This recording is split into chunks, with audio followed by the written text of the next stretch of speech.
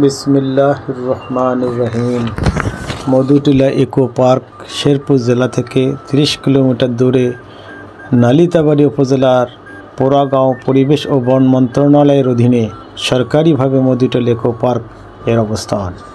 Madhutila eco পার্কে শোভাবর্ধনকারী বেরুল প্রজাতির বৃক্ষ বনায়নের পাশাপাশি আছে 20 একরের ঔষধি বৃক্ষের বনায়ন। আমরা ভাই সাহেবা মসজিদে নামাজ শেষে বাইক যোগে মধুটিলা ইকো পার্কের দিকে যাচ্ছি। আমরা পার্কের ভেতরে প্রবেশ করছি। দুই পাশে সারি সারি বিভিন্ন ঔষধি বনায়ন গাছ লক্ষ্য করা যাচ্ছে। আমরা মধুটিলা ইকো পার্কের গভীর অরণ্যের দিকে চলছি। এছাড়া এখানে রয়েছে রেস্ট হাউস, বাসগৃহ, বিভিন্ন বন্য প্রাণীর ভাস্কর্য, প্রতিকৃতি, পর্যবেক্ষণ টাওয়ার, আকর্ষণীয় রাইড। এই যে স্টার ব্রিজের 3 পাশে 3টা লেক প্রবাহমান আছে। এই স্টার ব্রিজের নিচে বিভিন্ন প্যাডেল বোর্ড পাওয়া যায়। প্যাডেল বোর্ডে আরোহণ করে নিচ থেকে পাহাড়ের অপরূপ সৌন্দর্য অবলোকন করা যায়। আপনারা দেখতে পাচ্ছেন স্টার ব্রিজ, এটা অনেক উপরে থেকে স্টার ব্রিজের দৃশ্যটা সত্যিই মনোমুগ্ধকর এবং দৃষ্টিনন্দন। আরও এখানে রয়েছে মিনি চিড়িয়াখানা, কার পার্কিং এবং বসার স্থান। মধুটিলা লেকে ঘোরানোর জন্য 5টি দেশীয় নৌকা ও 3টি প্যাডেল বোর্ড রয়েছে। মধুটিলা ইকো পার্কে সবুজের সমারোহ দেখার জন্য আছে ওয়াচ টাওয়ার। এই ওয়াচ টাওয়ারে আমরা একটু পরেই আরোহণ করে আপনাদের আরও প্রাকৃতিক সৌন্দর্য দেখানোর চেষ্টা করব। আপনারা দেখতে পাচ্ছেন এটি মধুটিলা ইকো পার্কের ওয়াচ টাওয়ার।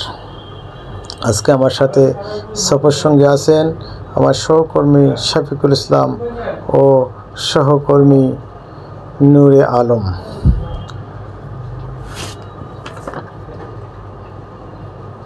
পথে বন গাছের ফাঁকে ফাঁকে ফুটে আছে হরেক রকমের বনফুল, তাতে বাহারি প্রজাতির উড়াউড়ি। টাওয়ারে উঠলেই চোখ জড়িয়ে যায় সীমান্ত পেরিয়ে উঁচু উঁচু পাহাড় আর সবুজের অরণ্যে মনোমুগ্ধকর দৃশ্য।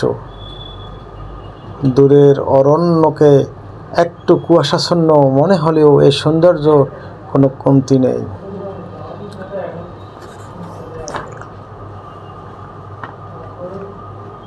এখানে রয়েছে বিভিন্ন প্রাণীর ভাস্কর্য, হাতির ভাস্কর্য এবং এখানে একজন জলপরীর ভাস্কর্য।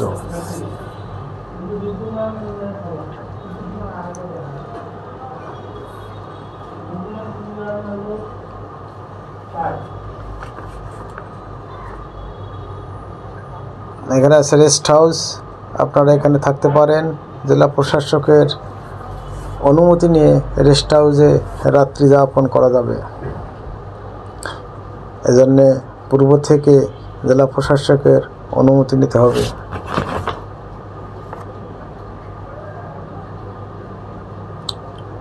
আরও রয়েছে এখানে কেনাকাটা করার জন্য ছোট ছোট অস্থায়ী দোকানঘর। অস্থায়ী দোকানঘরে রোহিঙ্গাদের তৈরি বিশেষ ধরনের বাদাম, এই কারণে বলছি যে চীনা বাদামের ভিতরে তারা আঠা মিশিয়ে বিশেষভাবে ওটাকে এমন ভেজে শক্ত করেছে যা খেতে মোটামুটি সুস্বাদু। সেই রোহিঙ্গাদের তৈরি বাদাম ছাড়াও বিভিন্ন চকলেট পাওয়া যায়। আমরা এখন মধুটিলা ইকো পার্কের সবচেয়ে উঁচু পাহাড়ের দিকে যাচ্ছি। দুই পাশে সারি সারি বৃক্ষ, তরুলতা, সত্যিই মনোমুগ্ধকর দৃশ্য। আমরা মোটর বাইক নিয়ে ছুটে চলছি মধুটিলা ইকো পার্কের উঁচু পাহাড়ের দিকে যাওয়ার জন্য।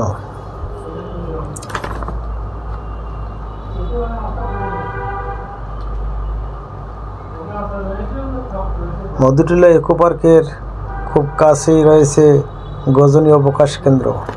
আমরা আগামীকাল গজনী অবকাশ কেন্দ্রে যাওয়ার সিদ্ধান্ত গ্রহণ করেছি। আমরা মোটর বাইক নিয়ে এগিয়ে চলছি মধুটিলা ইকো পার্কের গভীর অরণ্য পেরিয়ে পাহাড়ের চূড়ায় যাওয়ার জন্য। আমরা পাহাড়ের চূড়ার দিকে যাচ্ছি।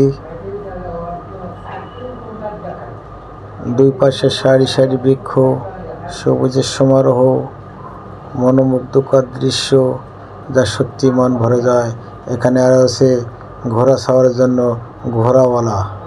আমরা আজকে ঘোড়ায় সাওয়ার হওয়ার সিদ্ধান্ত নিয়েছি।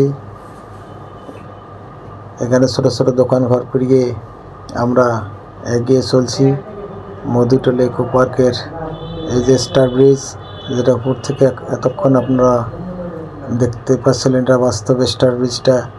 নিচে আসলে এরকমই দেখা যায়। স্টার ব্রিজ পেরিয়ে আমরা এখন যাব এই সিঁড়ি বেয়ে পাহাড়ের উপরে।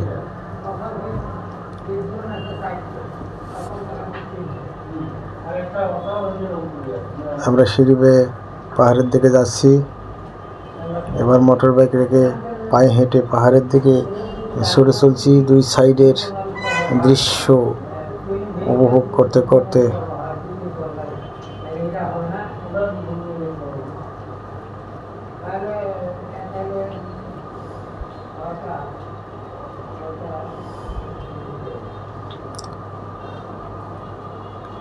মধুটিলা ইকো পার্ক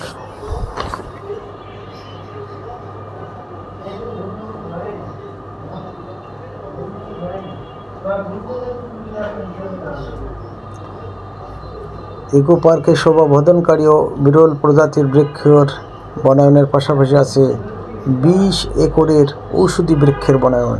এছাড়া রয়েছে রেস্ট হাউস, বাসগৃহ, বন্যপ্রাণীর ভাস্কর্য। আমরা পাহাড়ের চূড়ায় পৌঁছে গেছি এবং পাহাড়ের চূড়া থেকে দূরে দেখা যাচ্ছে মেঘালয় রাজ্যের পাহাড় এবং এখানে আমাদের বাংলাদেশ সীমান্তেরও বিভিন্ন পাহাড়, যেটা নোম্যান্স ল্যান্ডে। আমরা আকাশ মেঘাচ্ছন্ন থাকায় নেমে যাচ্ছি।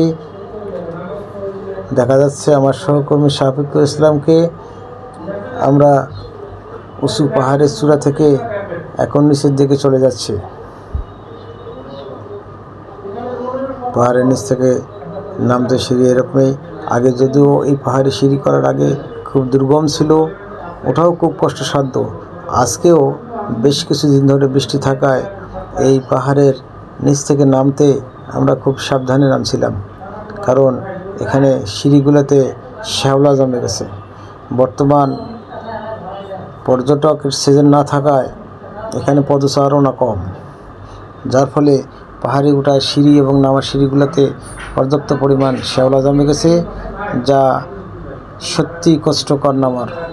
এবং যে কোনো একটু ভুল হলেই পা পিছলে পড়ে যে আহত হয়ে যেতে পারি।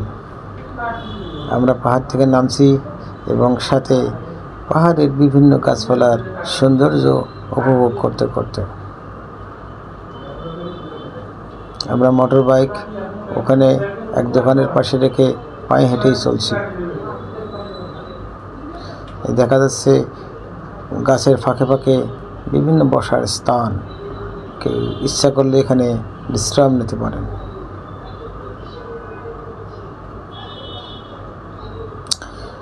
এখন আমরা ওয়াচ টাওয়ারে উঠেছি। ওয়াচ টাওয়ার থেকে আপনাদের দেখানোর চেষ্টা করব বিভিন্ন গাছপালার সৌন্দর্য। আমি ওয়াচ টাওয়ারের সময় একটি বাইনোকুলার ভাড়া করেছিলাম 30 টাকা দিয়ে। এই বাইনোকুলারটি এখন আমার গলায় ঝুলছে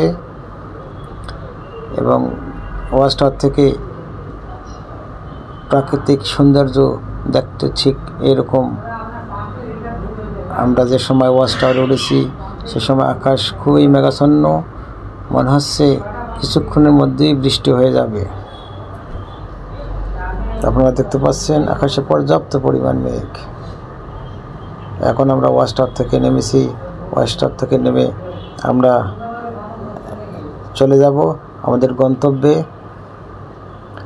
এরপরে আমাদের পরবর্তী সিদ্ধান্ত আছে ওয়াচ টাওয়ার থেকে নেমে আমরা ঘোড়ায় সাওয়ার হব। যদিও আমি কোনো দিন ঘোড়াতে উঠিনি, আজকে ঘোড়ায় সাওয়ার হওয়ার সিদ্ধান্ত নিয়ে রেখেছি।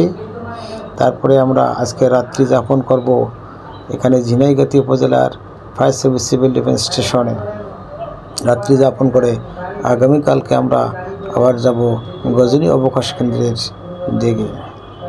এখানে পাশাপাশি 3টা ভ্রমণ স্পট আছে, মধুটিলা ইকো পার্ক, গজনী অবকাশ এবং লাউসাপড়া অবসর কেন্দ্র। আমরা ওয়াচ টাওয়ার থেকে নেমে হেঁটে যাচ্ছি